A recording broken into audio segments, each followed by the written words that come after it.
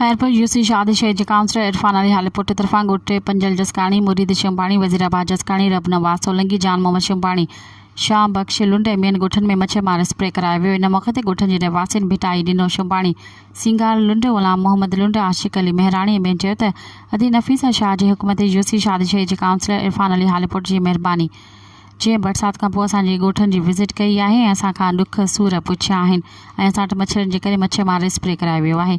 असांखे बीमारियुनि खां बचायो आहे ऐं यकीन ॾियारियो आहे त इंशाअल्लाह मच्छरदानियूं ऐं ॿियो प्योर ब्लॉक जूं गटियूं समेत ॿिया तव्हांजा कम जल्द कराया वेंदा। यूसी शादीशह जे काउंसलर इरफान अली हालीपुट चयो त तव्हांजा हर वक़्तु ॾुख सुख में गॾु आहियूं। असांजा दरवाज़ा अवाम लाइ हमेशह खुलियल आहिनि। मज़ीद ख़बरनि ऐं तफ़सीलात लाइ विज़िट कयो असांजी वेबसाइट www.awamiNewsHD.com ऐं ॾिसंदा रहो अवामी न्यूज़ HD।